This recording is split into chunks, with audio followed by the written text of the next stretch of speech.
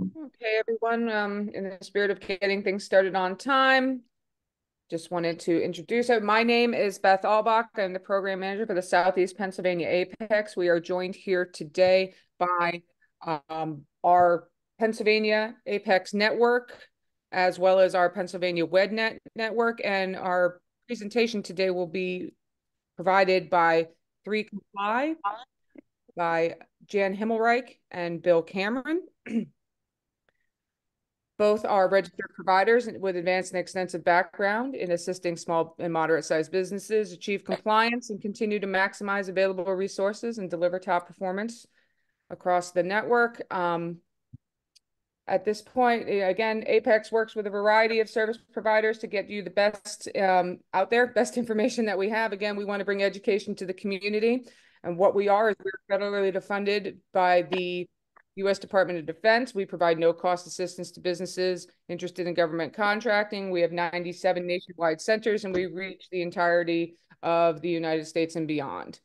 Again, we are focused on innovation, supplier diversity, and you can find us anywhere here in Pennsylvania. You can see whether or not you're in the Southeast Pennsylvania area, highlighted in yellow, or in any one of our other areas. We are covering the state of Pennsylvania. If you're joining us today from out of state and you're not quite sure where your Apex is located, you can click on the link here or follow that link to our United States organization, and then you can locate your Apex via their drop-down menu. And Jan, you can go to the next slide. And then again, this is a three-part presentation. You're going to come back tomorrow for more on CMMC. Today, we're going to be doing a generalized overview of CMMC. The proposed rules are out. So now what? These are updates for 2024. Again, today we're going to be doing an inch deep and a mile wide across the board. We're going to learn more about what CMMC means for businesses doing business with the government. Tomorrow, we're going to do a little bit more of an update on these are the new things you need to know. These are how we're going to apply them. And then day 3 is more of a deep dive for cybersecurity requirements for manufacturers and those who are doing business currently with the DoD. Again, that's probably a very, very brief, very high level overview. Bill and Jan will take care of this a little bit more than I am. And I'm passing this off now to Angela, who is currently muted. So sorry about that. I always forget to do that. Hi, everyone. I am Angela Hensley Kohler from the Kutztown University, and I work with WedNet, which is Workforce and Economic Development Network in the state of PA. The network brings training funds to qualified companies across the Commonwealth through a network of community colleges, state system colleges, and other educational institutions. You may be asking yourself, well, what does this have to do with what we're learning today? Well, the workforce of tomorrow is changing. In the years ahead, the success will require a more flexible and diverse workplace.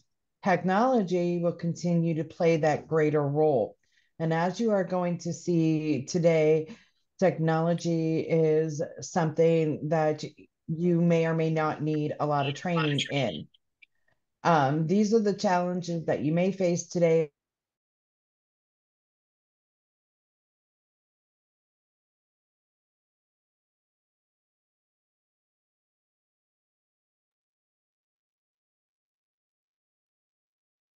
Somebody muted all of us.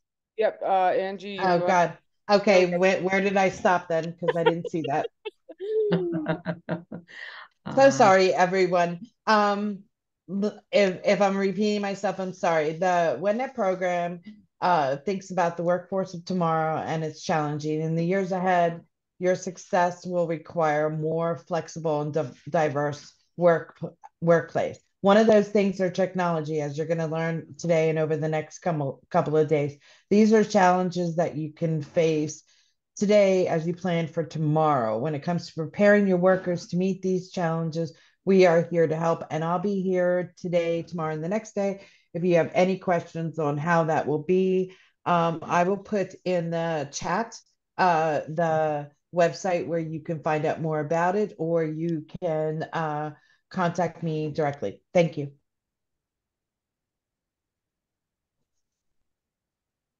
okay. And without further ado, here is Jan Himmelreich and Bill Cameron from 3 Comply. Take it away. Thank you. Hi, everyone. Thank you for joining. So this is sort of the brief thing we're doing today. As Beth already said, it's just a brief overview of CMMC 2.0. So we are going an inch deep and wide. That is kind of the point. So I'm here as Jan Himmelreich is on my thing, but I'm actually Janet. I am a managing director and the vice president of 3 Comply and co-founder. Bill? Hi, thank you, Janet. My name is Bill Cameron. I'm the managing director and president of 3 Comply, and we help companies navigate difficult and complex things to try to make it simple for to be able to do business not only with other companies but also do business with the government. So this is kind of the array of the things that we do and our qualifications for those of you who have already been involved in looking at things from the Cyber AB. The Cyber AB is the not-for-profit organization that has the contract with the Department of Defense. They are the ones that they train and they find the assessors, and they provide the assessments for the CMMC, which is what we're talking about today. So here we are at the overview stage.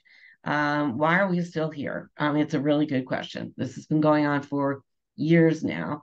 But if you look at it from the perspective of the Department of Defense, as you can see, there's a quote there from the CCP, which is the Chinese Communist Party. Their dangerous actions and the multi-pronged assault on our national economic security make it the defining threat of our generation. A lot of people would have bet big money probably that the CMMC 2.0 rules were going to die, but they did not.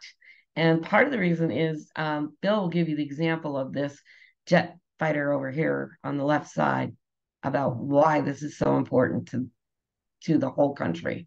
The DoD a few years ago disclosed that this happened. It was an example where they had a small welding shop and they did specialized welding. And the prime, instead of giving them just the information for the part that they were producing, they gave them the plans to the whole plane. This small little shop was hacked, and though that information wound up as part of it manifested itself into a jet fighter that looks exactly like the ones that we have that are now being made by the Chinese. So this is the stuff that's happening. It's real. It's happening today. And unfortunately, they're targeting small businesses. No, just some of the cybersecurity facts and figures that are out there.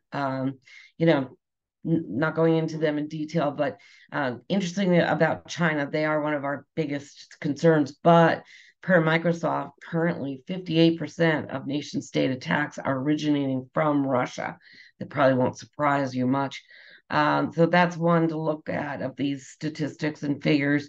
And then the Orange Cybersecurity Defense, it has an annual report, it reporting that now manufacturers were targeted for 20% of all cyber extortion attacks last year, which is a huge increase. It was a 42% increase. So they're changing a bit away from healthcare. They've probably bled that dry, and now they're over to manufacturing. So now we're going to talk a little bit about the historical context. And Bill's going to review for you, where this really came from, because it's really a long time ago. It's more than 10 years ago, like 14 years ago. So over to you, Bill, who must be muted. All right. Back in 2010, this started off as an executive order. It then became a DFARS clause in 2013. They issued the rules, the NIST rules in 2016, and it showed up in contracts in 2017. Basically, in 2019, CMMC version 1 was published. Then they reissued, again, you can see this cycle here. The NIST stuff changed. in 2020, 2021, CMMC version 2.0, 2023, CMMC version 2.0, and there's another version, there's going to be a version 3 of NIST 80171 are coming along. So this is an evolution. It's not just something that just happened out of the blue, but this definitely has a long history. Thanks, Bill. So the brief background is really kind of brief of what it is. So it's the Cybersecurity Maturity Model Certification. So this originally started out as a maturity model because that's the name, but they gave up on that. That was one of the things people were really upset about. They dropped all those requirements out now. And what it is actually is today, it's just a validation framework for cybersecurity protections. And what that comes from is that actually these requirements come from what Bill just showed, the DFARS rule. It's a procurement rule 254.202-7012, better known as just 7012. If you have that procurement clause in a contract, whether it's a prime or it was passed through to you as a subcontractor to a prime or to the government directly, to the DoD directly, this requirement has been in place since December 2017. What CMMC is it's an effort to make it stick. It's actually validating that people do what they said they would do. So it came out in this past December. It was a lovely Christmas gift. December 26th, they released a 250-page massive document that was the rules, the proposed rules. And this is 32 CFR Part 170. For those of you who care about that kind of stuff, you can look it up and see what it looked like in the Federal Register. One thing to realize, it applies to any size and complexity of company. You can be number 2 in the supply chain. You can be number 42 in the supply chain or further. It's just an example, of course. But it applies no matter what size company you are and no matter what you do. If you do something that handles what is called CUI, which is controlled unclassified information, or its much smaller baby sister, the FCI, federal contract information, then it's going to apply to you. So if you have anything about a federal contract that you've signed on to or stuff that's not publicly known, then that is going to be covered under the FCI requirements. But if you have CUI, controlled unclassified information that you're working with, then the level 2 is going to apply to you. Self-assessments did not go away. So for those of you thinking, oh, maybe it's going to be better, it didn't go away. It got more difficult. Self-assessments rather need evidence. You have to have a written report, senior level affirmation. And for levels 2 and 3, you have independent certifications every 3 years and self-assessments in between. Why? What's the big deal? It's because supply chains are just rife with vulnerabilities. Whether you are in the government or not, you have companies that depend on members of the supply chain. So there is a lot of focus here, as you can imagine. The impacts of the pandemic are still out there. There were shutdowns in manufacturing. The supply chain, as anybody knows, if you try to buy like a dishwasher, it was very difficult. We're still in the US regrouping from some of that. And we now see, based on the war in Ukraine and now the Middle East, how dangerous it really is to try to fight a war on the ground and cyber war in the air or through the ether. So the assessments, audits, documentation, they're not going away. They're getting more specific and more robust, sorry, whether you're a prime or you're external to that, you're a sub or you're a vendor. So literally the reason it's so important is the nation's security and our military are at risk. The other thing to keep in mind is it's also your intellectual property. That's what they're stealing. So now we're going to go over what has happened to 2.0 in 2024. And of note is it's still considered CMMC 2.0. The current guidance handbooks, though, if you go to find them, are version 2.11. We're not quite sure why they ended up at 2.11, but they are 2.11. The summary of the rules is right here. There will be full implementation after rulemaking is completed. That has been calculated by many different people as the earliest it could possibly be is summer 2024. It's more likely October, and I would personally lean towards October. The reason being is that there's another, believe it or not, there is another set of rules that need to be published. Those are the rules that are the procurement rules. So that 7012 that we were talking about, there'll be another one to accompany that 7021 that will all be about CMMC. Those rules are expected this month, but they're still not out, and we're a little bit more than halfway through the month. The actual requirement for the specific level in a contract will not be until October 1st, 2026. But the project manager, the procurement people, based on whatever the project is about, can make it significantly earlier, like 6 months from now, honestly, or 6 months rather from the effective date. And so there's a lot of, when will this really be done? It's really hard to say exactly. It will depend on what the contents of the contract is for you as the prime or the vendor or the subcontractor. If you have something complicated and it's considered very important controlled unclassified information, you could find yourself with a CMMC requirement right now. In fact, we've seen many contracts that currently have a CMMC requirement in it. So it's not something you can just put a pin and say, "Oop, that's when it'll be in place." It's really going to depend on the contracts. It will be phased in over 3 years. The level 1, which anybody that has FCI, anybody that has federal contract information, which is generally described as information that's not known to the public, but it's not something that's controlled unclassified information either.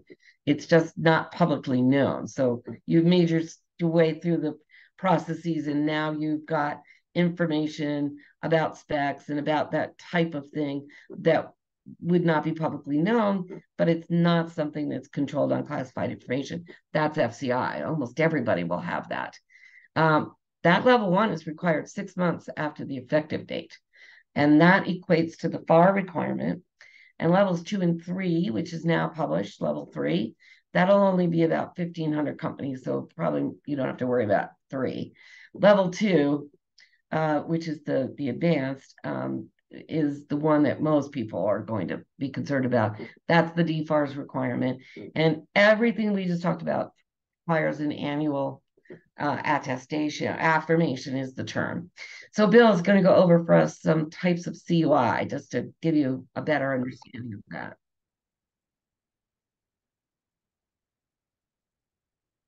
You're on mute, Bill.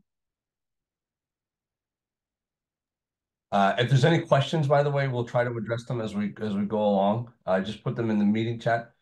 So some of the things that there's something called CTI. Which is a type of CUI, which is controlled technical information. So this is things that, for example, if you're a manufacturer and you are instructed to either make or manufacture or modify a part or something technical, it could come in as a part of a file, it could come in plans. There's lots of different formats where it could come into.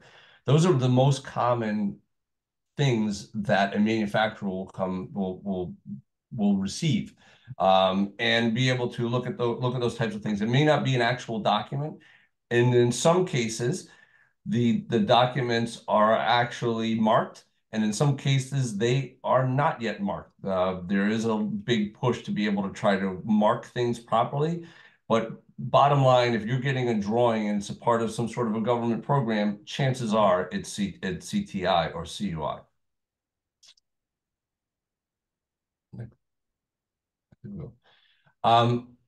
So we have this up here because I've run into this.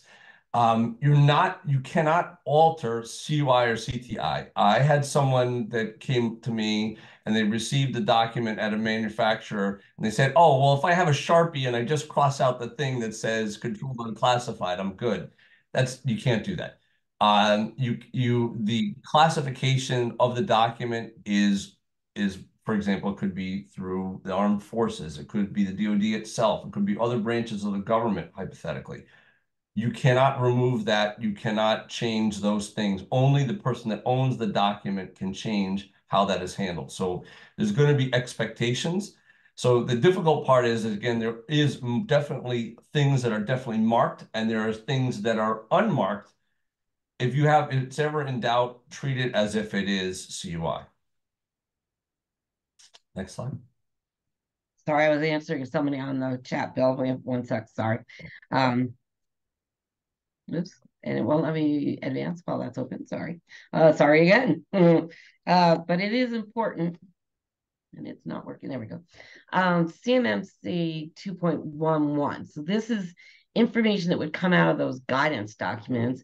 And if you don't have the guidance documents yet for this new iteration, you can get them. And that free information, for those of you who might have been on the 1 minute or 2 minutes that we were waiting, we do have some a guide of what free information is, where to go find these kinds of things, and we'll have a QR code at the end that you can look at the QR code and you can go and get some of this information. But these are the currently where we sit. It's 2.11. That's the version that they are using. I'm guessing they will finalize it with a different number. I don't know if it'll be 3.0 or what they'll finalize it with, but for the moment it's 2.11. And what it does is, someone had asked in the chat or commented that level 1 is super easy. Compared to level 2, I would agree. It's super easy. There are 15 controls.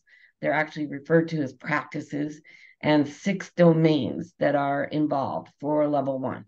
So it's a whole lot easier than the 110 that are involved in level 2. One thing to understand about these 15 practices and 6 domains, for somebody else had said we don't necessarily have contracts with the Department of Defense. These are under FAR, and FAR is federal acquisition rules. These have been in effect for years. I mean, much longer than 2017.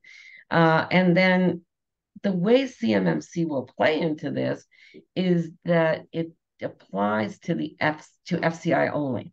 So in the version 2.11, you will see that the assessment guide and the scoping guide, which are 2 of the most important documents that you'd want to have if you're going through this, is they've actually adapted the original language now so that it reflects FAR. Again, federal acquisition rules, not defense federal acquisition rules that are supplemental rules to the FAR. This is any part of the government. This is not just Department of Defense requirement in FAR. The way CMMC comes in, as I was saying, is it applies to FCI only, and it only applies right now for things that are in the Department of Defense. The biggest change that you will note is that they have really flushed out what that self-assessment needs to be. So if in the past you had somebody that just might have said to the IT person, hey, are we good on these controls? And they say, yep, we're good. And they check off in the SPUR system, which is the Supplier Performance Risk System of the Department of Defense. And if you've got a contract, hopefully you have a SPURS account already. And you've been putting things probably for years, at least since 2017. You've been checking off that you're good on this kind of stuff. But they've actually now been very, very specific about what that report needs to look like, and that they use the term affirming. You must have a senior official that affirms every year that an analysis was performed. This goes by control, by the way. So you've got to be able to show that you have evidence, that you talked to people, you tested it, people are trained, that kind of thing, and that your environment is still protective. So if you are doing only level 1 and think it's really easy, it is easy. compared to level 2. But there's more to it than what you thought was the case in the past. So now moving to level 2. Level 2 advanced, there isn't much that's changed over on this side of things. It's still based on NIST 171 revision 2, and Bill already mentioned that there is now a revision 3 that is just about ready to go into effect. That's an interesting question that will come out of the comment period, which is closed. Comment period closed February 26th. That's an interesting one that will come out because they actually wrote into the rules that it was 171 revision 2. But the way the procurement 7012, the way that's written, it's the current NIST 171 that's out there. So that'll be an interesting dilemma.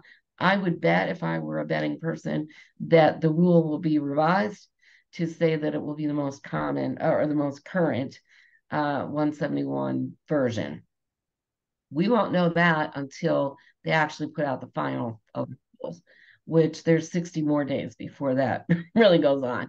So we're not 100% sure. So assume for the moment that it's 171 revision 2, which has the 110 practices, 14 domains.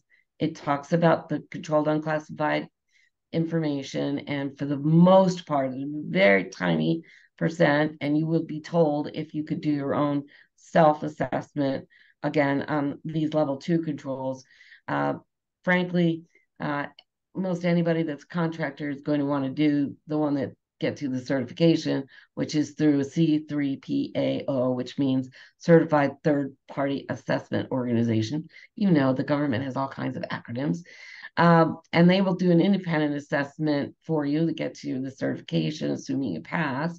And they're going to require that to be redone every 3 years. And then the annual affirmation will be the same as it is for level 1. You've got to do a report, and a senior executive has to sign off, or a senior official has to sign off. Moving over to level 3, that's expert, and that guidance was just published in December 2023. It is dated in November, so they were ready for this to go in November.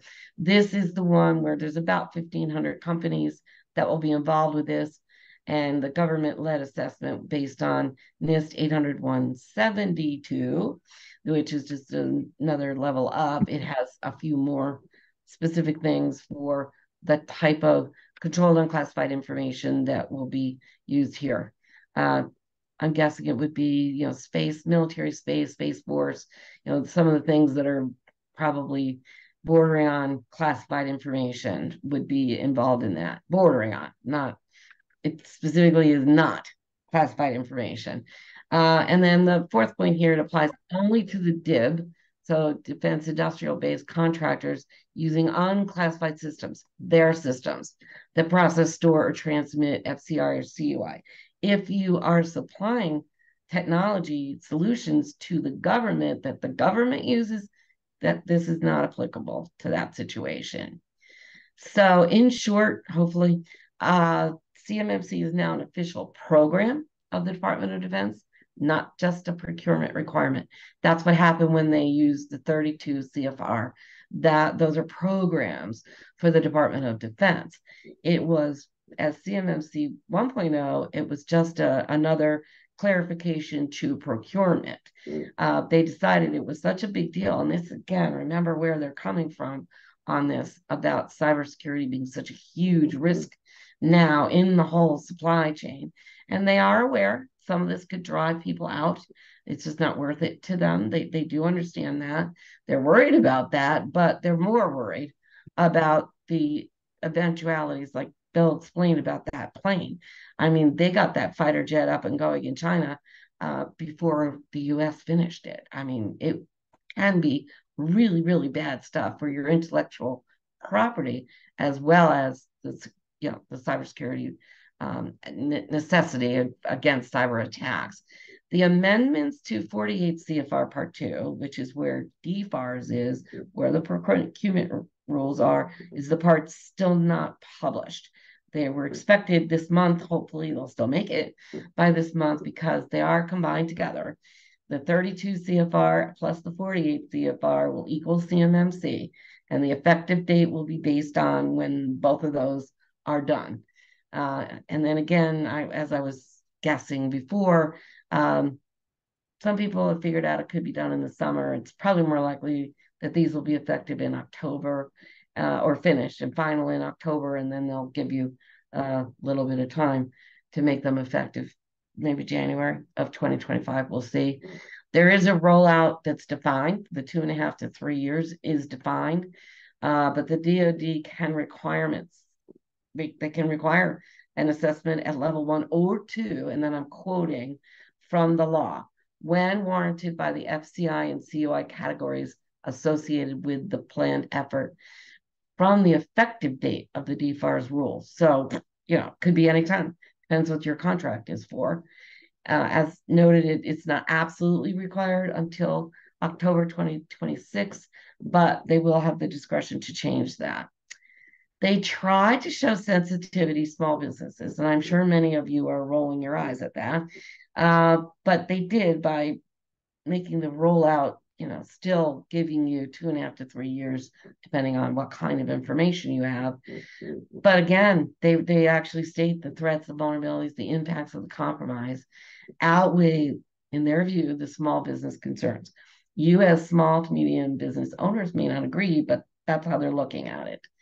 The good news, if you're a manufacturer, operational technology, known as OT, was refined. It was limited from where it had been, because now all you have to do is document that in a system security plan, and you're good. There's not going to be the separate assessment of the 110 controls. It's enough for them that your operational technology is known and identified inside the system security plan. And if you're not familiar with that, that is your key document to all of this. That is the key to success, is what's in your system security plan. These flow downs are to any size contractor, any contractor that stores, processes, or transmits. Those are the key words. If you store it, you process it, or you transmit it, then these flow downs will apply to you. So that's FCI or COI. The prime, so if you're a prime, or you're working directly with the prime, it's the prime responsible for determining the level of CMMC that you as a subcontractor will have. That's a clarification that was made in these rules. They also clarified that if you're working, say, for example, with a company based out of Canada or the UK or somewhere else in Europe or in Mexico, etc., they have to comply. The foreign primes and subs have to comply with CMMC as it applies to US contractors, because currently they're not recognizing reciprocity.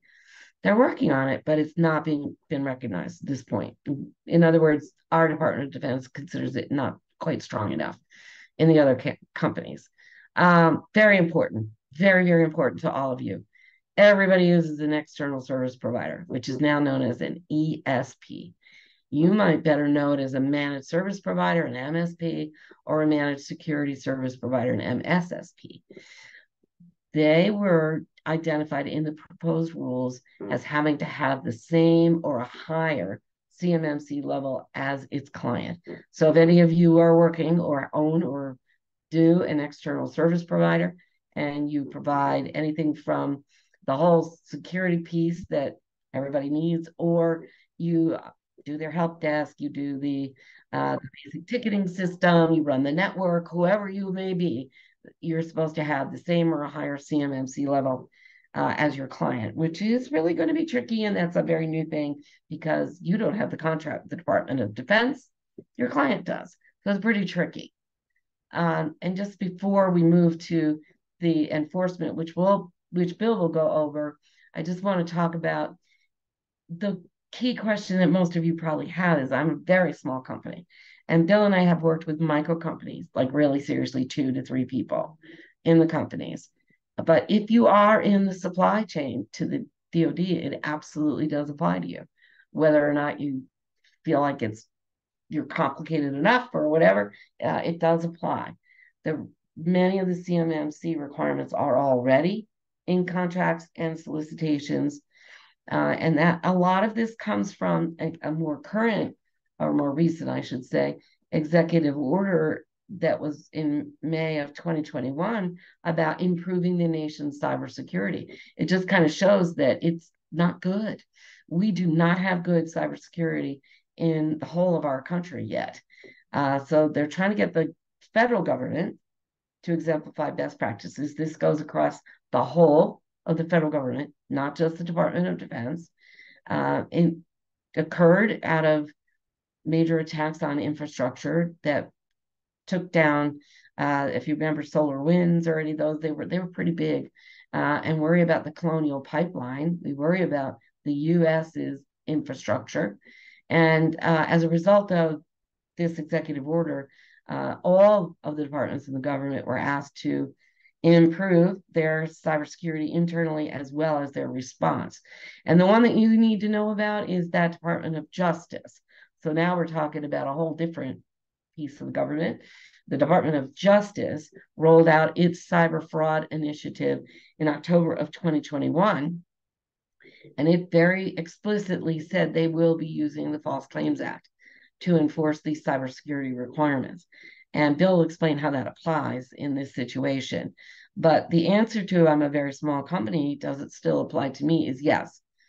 In short, it applies to the entire supply chain without regard to what you do and what size you are. There is no get out of jail free card. I hope you're kind of at least smiling at my my attempt at a little humor there with the get out of free card. Before we get to how the False Claims Act works, I do want to talk about how the level 1 will work. Many of you will probably find yourselves needing to do the level 1 very quickly because will begin the effective date, whenever it might be, whether it's October or next January 1st. You'll only have 6 months to get to the level 1. That is right in the regulations. And it's not an informal, lightly taken type of thing. The regulations actually state it must be performed using the objectives defined in 800-171A. So we've been talking about 800-171 revision 2. Those are the actual controls. A is the assessment. So you'll see in there that there are objectives against all those controls. So even though it's only 15, I forget the actual math there. I believe it actually ends up being closer to 40 things once you add the objectives in that you have to look at. And 171A maps it out to the security requirement that maps to CMMC level 1 security requirement. And that's the site to the actual 32 CFR law if you want to go and take a look at it. It is interesting. A very well-known CMMC lawyer, his name is Robert Metzger. His analysis was, it is doubtful that these demands are presently recognized by even a small fraction of the companies within FCI subject to level 1, because nobody really thought much of it in the past. So this is, I'm just going to give you a sample. This is not to read. It's an eye chart. It's just a sample. This is a picture of what's in the assessment guidelines for level 1. If you kind of just glance through this, you can see there's a lot more to this than you might have thought.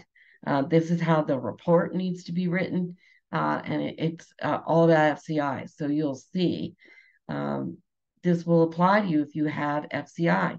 It applies to your ESP, your external service provider, because almost everyone has. You use Microsoft, you might use Google or AWS. You have an outsourced piece. It's going out to a cloud provider, a managed service provider, or MSSP. So it means you will have to inherit controls from the ESP. What is it? Inheriting controls? You're not doing it yourselves. You have a contract with another company, and part of what they do for you is they are responsible for some of those controls, and that means you inherit the controls.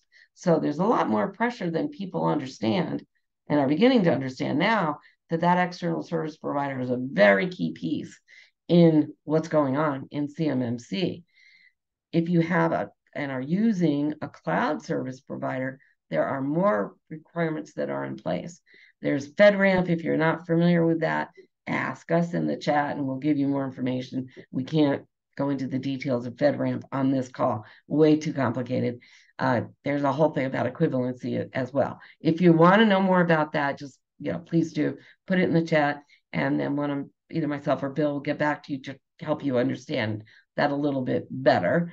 As I said, this is probably one that will be changed or clarified as the final rules come out, because how do you contract? You don't contract if you're an ESP directly with the DoD. So how will you conduct a CMMC assessment? That needs to be clarified. Excuse me. So now we get to the enforcement details, and this goes over to the use of the False Claims Act, goes over to Bill when I get something to drink. Over to you, Bill.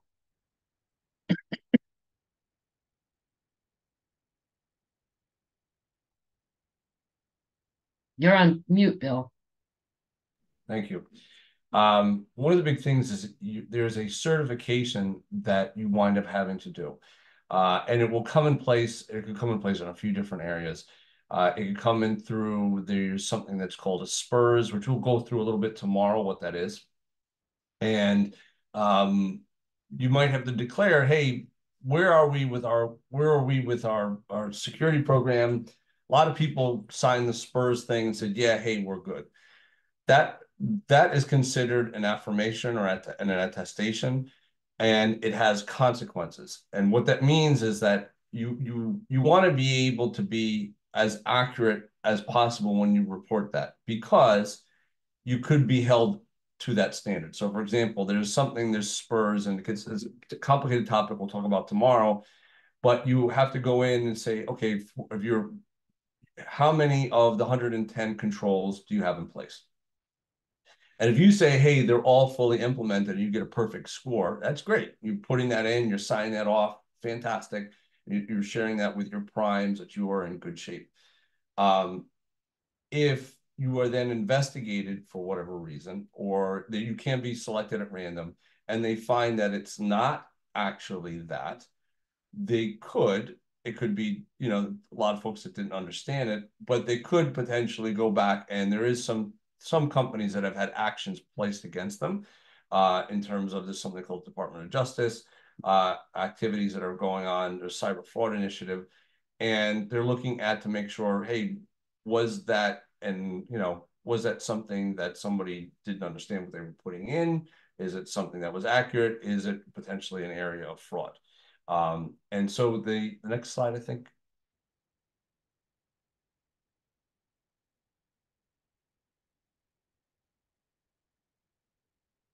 Sorry. It's the other direction. Yeah. Here we go. How most enforcement of any kind of government contracts actually comes from something called the False Claims Act. This is actually something that was passed during the Civil War, but it is the main vehicle today to be able to do enforcements. And it's basically saying, if you sell a product or a service and it's consumed by the government, if it doesn't turn out to be that you delivered something other than what was asked for, then the government has the right to go after you. And originally this was done because the Union Army was being supplied with rotten meat, as an example. But it's been used today, and some of the recent cases have brought up where they've said that cyber security is material, which means that you could deliver, let's say, that part, and you put that part and you get that to the government. But bottom line, if you didn't secure the information about that part, you still can get yourself in trouble. Next slide.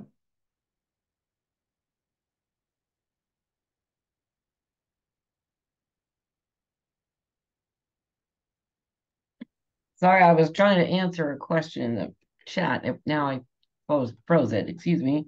One more time. Yes, here we go. What does it take then to comply? Exactly. And here we go, Bill. So over to you. Yep. So one of the things that we're talking about is there's these two areas, and this is kind of like going back. There's been a few questions in the chat as about what is this stuff. So FCI is so you have information that's out there about the government. So let's say, I don't know, you look up stuff about, it could be anything that you go on a government website for. That's completely public information. There's information that's not public, but it's not controlled unclassified. That could be information could be hypothetically information that has to do with a transaction. It could be some details on a contract. It's going to be something that it's not controlled unclassified or classified documentation, but it is something that it's not public. On a subset of that is what we're talking about, which is most of the stuff, which is controlled unclassified information, which is also something known as CTI, CUI, or they call it covered defense information. So this is at a very high level. This is how this relationship of the different documents fall into place. Next slide. It apparently doesn't like it when I'm on mute to forward the slides, so I apologize for that. There we go. Okay. So one of the things that and we're going to talk about this more in detail. So this is just a very brief concept. When you're, for example, in the government itself today, if you go, I don't know, could be to an embassy as an example, right? They might have a set of computers and systems that just deal with normal transactions and things that they have to do normally, and it has nothing to do with, sensitive information. And then you have the information that's sensitive compartmentalized off to the side. One smart strategy that a lot of companies have been doing is creating what the concept of called an enclave. So in trying to separate out how you handle that information and how you handle the computerized information, or in some cases the manufacturing of these very sensitive type things versus what you do for the rest of your business. So in a normal course of your operation, you might have all of your staff, you might have things to protect, you might have your email system, you might have databases, you could have HR things doing with billing and financing and all that kind of stuff. And there's been some organizations have tried to separate out to make their footprint smaller. And this is one of the big strategies that companies are doing, so that they are not necessarily having to put all of the protection measures against all of their environment, which, I mean, isn't a terrible thing, but it becomes very complicated and costly. And they do it only against those things that are specifically dealing with that information and that type of, exposure that you have. So in some cases, you might have some companies have separated out and said, hey, 3/4 of our business is civilian, and we're going to deal with this stuff over here. And we have a portion of it that deals with the Department of Defense. We're going to deal with that environment over here.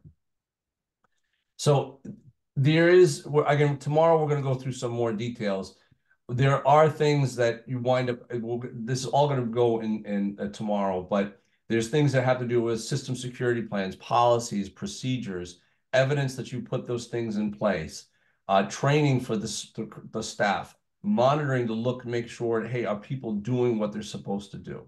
Now, these are all individualized, and obviously these are bigger topics. Again, we're going to go through these tomorrow. But the bottom line is that the smaller the enclave, the less things that you wind up having to track, because it turns into an exponential thing. If you're having to track a lot, if you decide to protect an entire environment and you don't try to separate out some of those things, it could get very complicated. The amount of things that you're going to have to track to look at becomes very complicated. So, for example, for a particular control, you might have a set of objectives. You got to look at that against all those things that you have in your environment. Next slide. And we're going to go through this tomorrow, but this is kind of a very simplified view of looking at what are some of those big steps that need to happen when you're putting these things in place. And there's basically, we've summarized this down into 6 steps. There's something called, we're going to go through, again, all this stuff we're going to go through tomorrow ad nauseum. and spurs, and how do people start off and try to figure out, hey, where they are today? The enclave, how do you establish where your boundary is? What is the enclave that's involved? How do you put in documentation, which is policy and procedures and plans? Then you put those things into place. So you're actually trying to collect the evidence that you put these things into place. And then there's something called a pre-assessment to say, hey, before you go for your certification, you need to find out, are you mature enough to be able to get that certification? Because it's kind of like the ticket to entry into the certification process. And then there's the certification itself. So we're going to go through these tomorrow all in detail, but this kind is like a simplified view as to what that road is. Next slide. Before we switch slides, I just want to comment. There was in the chat, someone said the C3PAOs are charging a lot of money, which, you know, there is pressure being put on them to reduce some of those fees. But the reason for the pre-assessment, first of all, they use the results of the pre-assessment to establish the scope for the C3PAO assessment that you're paying a lot of money for. And you don't want to flunk that. You know, you just don't want to have paid all that money only to have to come back 6 months later and do it again. So that's why some of these steps are that Bill has created. So why don't you talk through your requirements burger? Yep. So kind of like taking a step back, and there's been some comments in the chat about this, about what exactly, where does this, okay, there's a lot of conversation today has been about why. Okay, so what is it, right? So if there's a relationship with all of these different things. There's stuff we've heard people throwing around, CMMC level 1, level 2, and level 3. Things having to do with FARs, things having to do with DFARs. So in reality, the FARs and the DFARs are kind of like if it's the burger, it's the actual burger part of the sandwich. CMMC is the bun on top, and then the thing that supports it is something called, those are the controls. Those are the controls and objectives that are down located below.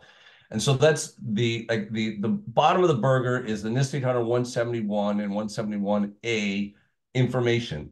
And those are the very specifics. And they'll say, like, I don't know, certain things have to be implemented. Your multi-factor authentication has to be in here. You have to looking at different specific things that are, make sure they're put in place. Things about your physical environment, things about how you handle your personnel, training, things like that. The FARs is actually, that is the thing that's enforceable. That is the government regulation. And CMMC is saying, okay, great. You have the 171 controls put in place. You have the requirement from the DFARs. CMMC is basically the certification that all of those things are now in place. So does your burger have all the right ingredients?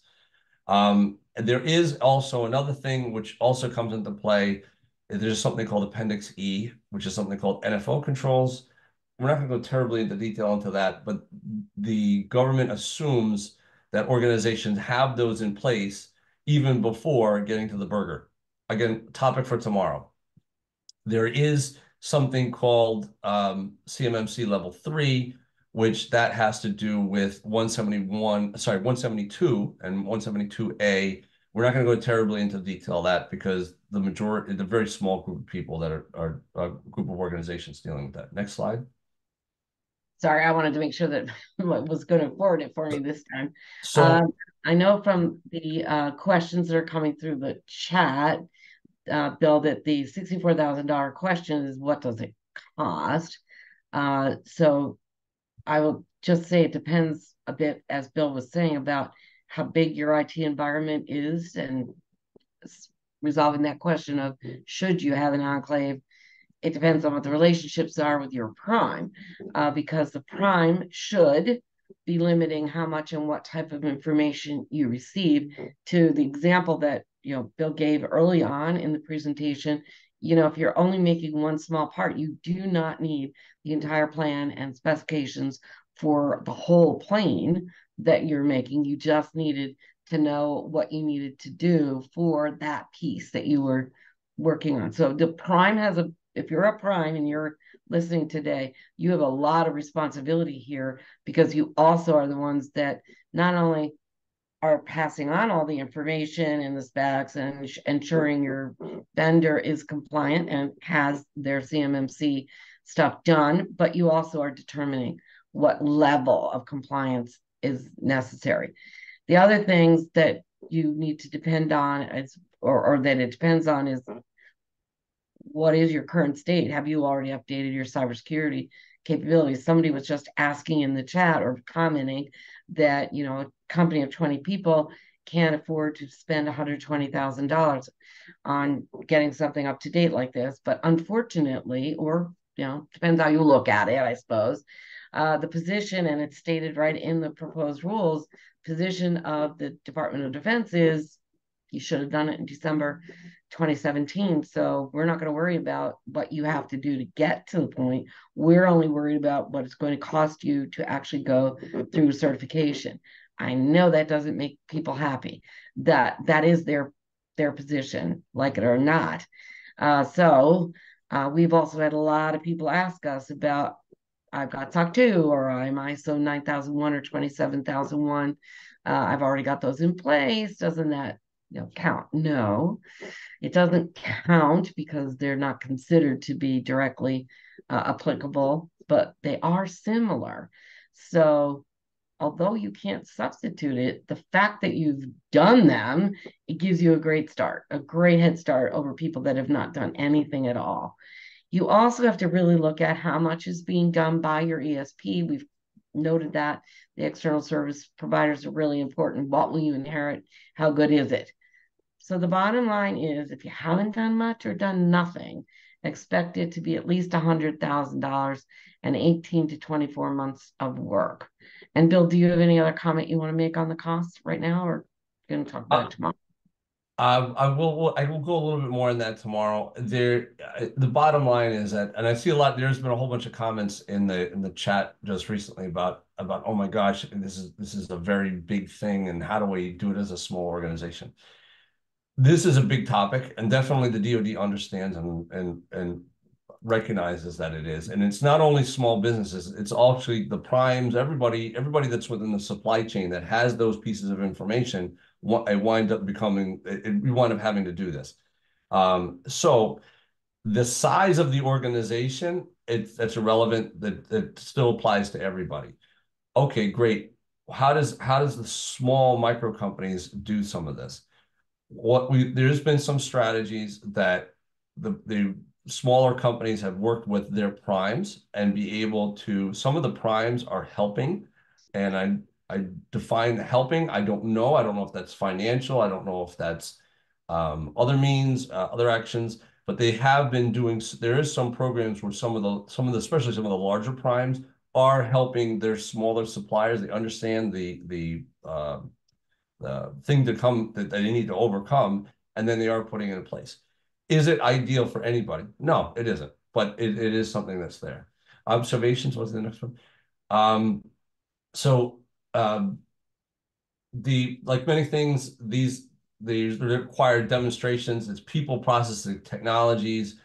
It's simply investing in more security stuff. In other words, writing a check doesn't guarantee any compliance. It definitely costs money, and it enables lucrative contracting, protection of intellectual property. And there was a comment that I didn't get to put in the answer in the chat window. They asked about cyber insurance. This isn't the topic of today, but definitely putting in some cyber requirements, again, whether it's level 1 or level 2, would definitely help you lower your risk when you go and you get cyber insurance, right? And there's lots of that's a different topic, a different presentation on that as a total. So one of the other things too, it's about the evidence. What is it that you have in place, the documentation put together, making sure you have your things properly documented, asset classification, train people, and logs.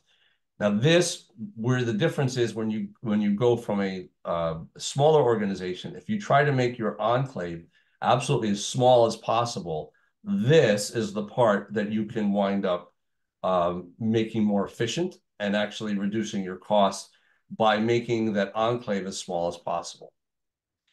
And it should be a part of compliance. There's a shared responsibility between yourself, the different areas, your managed service providers, who you wind up contracting with, your prime, and what information that you actually wind up receiving. And what are some of the things that we need to clarify when you work with a client to be able to make sure, hey, what are actually you doing, and how does that go? Next slide. These are the key takeaways from what we hope that you can take away from this presentation. So hopefully we still have time. I think we still have time to go on with some questions. So because we're coming to the end of today, but just a couple of key things. Any supply chain is at risk. So it doesn't matter if, again, the size of the organization doesn't matter. It matters that you're in the supply chain. That's what matters. It's a rapidly changing and expanding area in compliance, and all of you in the chat that are feeling that angst, yeah, I mean it's another area. There are lots of them. We are compliance professionals. We understand that there's a lot of compliance stuff that you've got now that you have to worry about. But again, it's a big issue, and Bill has stated a couple of times that it's complicated. Our job is to try to uncomplicate it. I hope that we've simplified it a bit for you and try to uncomplicate it by boiling it down. But there are, the whole of the federal government. You saw the executive order improving the nation's cybersecurity. That's what it was called. So they're worried about the nation, not just the federal government, but the nations. So there are more aggressive steps that they've taken in the past. They do understand and realize they did a pretty lousy job of enforcing these rules back in 2017 up till probably 2020 when they first put out the CMMC first go around of this. Then people reacted that, but they do take the position. Unfortunately, I said this before, but reiterate that you should have been doing this since 2017. So they don't have a lot of sympathy. Sorry to say. You got to figure out if it's worth it to you for the contracting. And somebody mentioned, what are they going to do when they lose some of the members of the DIB? They understand that. And one of the things that we will give you in the through the QR code is what the free things are. There are a lot of things free training. There's a lot of free stuff that you can do, but you do have to do the work to put it together. And they are becoming much more aggressive. You submitted a lot of invoices to the government, and now you find, or now they find that you did not actually meet all these cybersecurity requirements. They can, through the False Claims Act, they can double, triple fines for doing that and disqualify you from contract, all kinds of things. So you do have to be concerned about it. We didn't really talk about it today, but there's a whole bunch of rules around software. And if you make it, sell it, buy it, or use it, when you're doing things for the federal government, it's a concern from a cybersecurity perspective. Not the topic of today's discussion, but it is another area where there's a lot of cybersecurity rules and concerns. If you're partnering, hopefully you are partnering with a technological security team, great. But it's more than technology. As Bill said, it's people, processes, and technology. It's not just technology. We've heard people say, "Oh, my IT team has it covered." They can't. They cannot cover all of it. There's governance, there's monitoring, there's reporting, there's assessment. That stuff is not done typically in IT. So you've got to really think about your governance and who else is involved in all this stuff. So I think if it's okay with everybody, we can convert over to questions and answers. I have to look to Beth to find out how we do that, where people could ask questions as opposed to just being in the chat. Yeah, if you want to raise your hand, utilize, or, again, one at a time unmute. We're not a very overly large group, but if you have a question, now would be the time to pose it. I open the floor to anyone that would like to unmute.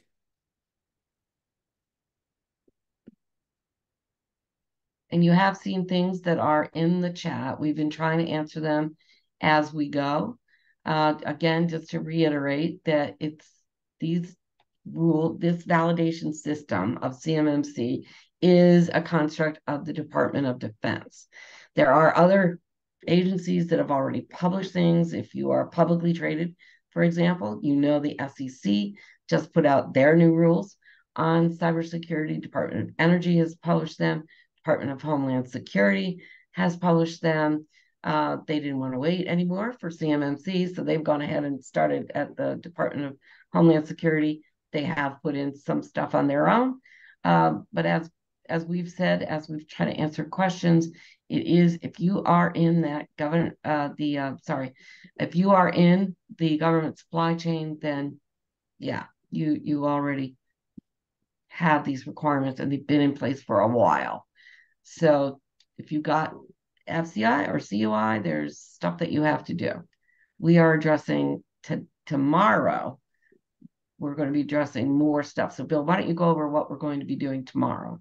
Yep, I just want to address a few questions that are really quick that came through. Are we going to talk about the overlap of EAR and ITAR in this? No, that's not a part of the scope of this session. That's not this particular topic right now. Are there definitely overlaps? Yes, there definitely are. There definitely are, but we're not addressing that in these sessions here today. There was also another quick question that came in about FedRAMP. Again, FedRAMP is not, it could be a topic of like a 10-day session. FedRAMP bottom line is the government certification for any kind of cloud service provider. And it's basically a security thing that's put in place. It's a very complicated topic, but the bottom line is if you have controlled unclassified information or you're using things to protect controlled unclassified information in the cloud-based, the ruling from the DoD is that they have to be a FedRAMP product. Or equivalent. Or equivalent, yes. And they just published the equivalency information. There's a memo, so you can get plans, rules, regs, memos. There's a memo on what it takes to become FedRAMP equivalent. And there are a handful of companies that have started down that road. There is one company that we know well, Prevail, that has achieved the equivalency. So it can be done. It's a bear. So if you're a company that provides software and you're a cloud provider, et cetera, and getting FedRAMP, you can do the equivalency, but it's not an easy undertaking. I put this screen up, Bill, because a couple of people had asked for information. So rather than displaying in the chat your public information, or publicly, just contact one of us or the R3 Comply or Comply at 3 Comply to just give us the information so that we can get back to you with additional information on whatever it is that you're asking for. I did say this is for your benefit. We're trying to simplify things. So somebody asked if they could give a solution. I said, sure. There's tons of information. So if you've got our contact information right now, we'll move to, here's the QR code that we've been talking about. It's also on our website if it does not working for you for some reason, the QR code, but this will give you this document that you see there that gives you more information that's free. We're trying to help people along here, the process. There is free information that's available, and we put it together. All the new documents that I refer to as 2.11, you can get those from the CMMC website from the Department of Defense. There's a lot of training. Bill, you want to talk about some of the DoD training? Yeah, so there is quite a bit of very good quality DoD training out there. These are things, they're more general. But let's say that you had a person within your company who was a little skeptical as to why you would put these protections in place. There's one that's in there. It's called the Insider Threat Training. Highly recommend. That would be the one that you would want to introduce to them first. It's very good. Some of these are longer than others, and there are other resources that are out there. We have this condensed into this list. So I realize someone mentioned about Project Spectrum. Project Spectrum is out there too. And again, it's good general background information. Is it going to necessarily get you quite over everything that you need to do? No, but it provides a very good, solid base in which to build your knowledge and your understanding. There are some other DoD trainings that are in there, which are very good for good cyber awareness training, and looking from the perspectives of especially companies that are worked within the defense industrial base, and especially obviously within manufacturing as well. Yeah, and one of the things Sorry. that we've had some experience with is a company that there are companies that have ownership groups that are outside the U.S. And how does that work? So we've some experience in that. Somebody had asked something about, how does that work? That is not the situation where you've got that's called foci mitigation, not the situation where you're headquartered in, like, say, for example, Canada is where your prime is, or you are the prime, and what you need to do. So those situations, there's not reciprocity. So if you're a Canadian company, you are going through the same CMMC process as we've been discussing today. If you are a FOCI mitigated company, though, that means that you have ownership that's outside the U.S., but you operate in the U.S. It's like we said, this is not the easiest topic there is. So we've tried to simplify it for today into here's the basics of what you need to know. Tomorrow, we'll kind of do more of a deep dive. And then on Thursday, it is specifically designed for manufacturers because there are specific things that you would want to know if you're a manufacturer that's unique to manufacturing. But this does apply to anybody that's in the Department of Defense supply chain. Just reiterating that. There's people asking that they don't have a contract with the DoD. Well, then this does not apply right now to you. You got to look at what company, or I'm sorry, what regulations do apply. As I noted, if you are publicly traded, the SEC has put out new cybersecurity regulations, and they are in effect already. Are there any other questions, Bill, or comments, Bill? I don't see any more comments in through here, but just as what's going to be covered tomorrow, we're going to go through that road to CMMC. What are the different steps that an organization goes through? And that will be the most, is it? Okay. Does it apply to DoD AE contractors? I'm not sure what you mean by AE contractors. Is certification something that can be achieved after award? It can maybe obtained before proposal. It might be, depending upon the different rules. Again, different contracts are written in different ways. It might say that, hey, you have to get this within X amount of time. In some cases, it might be that you might have to have it ahead of time. That's how depending on who writes the contract and what they put in the contract. But I want to comment on that for a second, Bill. It is specifically recognized in the proposed rules that it will be either way. That you could, like Bill said, it could depend on how the proposal is required, what you're required to do, but it can be, in most cases, it's designed so that you can still achieve it after award. But again, you got to be careful about it because depending on what the information is, they could have decided before the solicitation was made that they needed it ahead of time. So the question that came up, right? So the clarification is architect, engineering, consulting, contractors. So Janet mentioned it's going to depend upon what type of information you're dealing with. And are you dealing with covered defense information? And if you don't know that, then you might want to go whoever your contracting officer is and clarify what is the information if it's not marked. Is it controlled unclassified information? Is it federal contract information? Those are the kind of conversations to have definitely with your contracting officer. But chances are those requirements would be in your contract itself in some way, shape, or form. And a lot of times these contracts are written, they have one line and it basically it has a link, and that link may be where this comes from. Although I do agree that Michael said it applies to AE, architect, engineer, consulting contractors, because in general, the consulting contractors do have CUI. So we do have a customer of ours that excuse me, does stuff on Navy ships. And yeah, it definitely applied to them. They don't have a lot, but it doesn't matter how much you have. As long as you have any, it's going to apply. Question is, are you allowed to challenge any contractual security requirements?